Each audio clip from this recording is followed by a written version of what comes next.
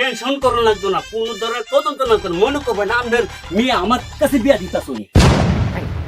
কি আমি কইয়া ফেলাইলাম, কি কইতে কি কই ফেলাইছি, আল্লাহ আমার বাঁচাইছি, আমার যারা যে নামাছেন।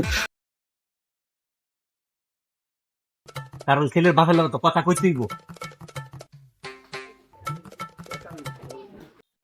আসসালামু আলাইকুম, হাজি সাহেব ভালো আছেন? ওয়ালাইকুম আসসালাম। আরে ঘটক সাবদি, বসেন বসেন। কি অবস্থা, ভালো আছে? আলহামদুলিল্লাহ, আপনার ভালো আছি। আচ্ছা বসেন বসেন বসেন। আচ্ছা, এই সজীব ভাই আসেন, এই সৌরভ ভাই আসেন, বসেন ভাই।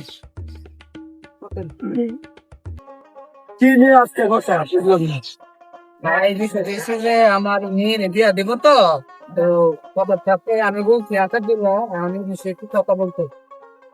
তো ঘটক সাহেব, তার ছেলে কি অবস্থা?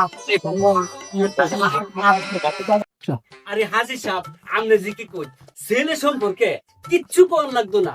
ছেলে মনে করেন আইএ পাস করছে, ডাক্তার করে, ইঞ্জিনিয়ারিং করে, এরপরে দাম মনে করেন সাংবাদিকতা করে।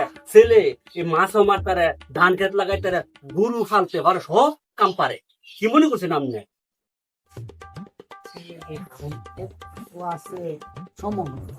ভালো হই, আপনারা কি বলেন ভাই? আমরা হইতেছে ভালোই। ছেলে বড় লোক আছে, সব কাজে কর্ম ভালো আছে, লেখাপড়া সব দিক দিয়ে আছে। বিয়াটা দিয়া কোন হাজি সাহেব, ছেলে সম্পর্কে আপনার কোন টেনশন করো লাগতো না, কোন ধরনের তদন্ত না করো, মনে করবে না আপনার মেয়ে আমার কাছে বিয়া দিতা শুনি। কি আমি কইয়া ফেলাইলাম। বাজান ঘটকে এটা কি কইলো, আমার বোনের নাকি ঘটকে তে বিয়া দিতাম, ধরেন ঘটকে। No, no, no, no.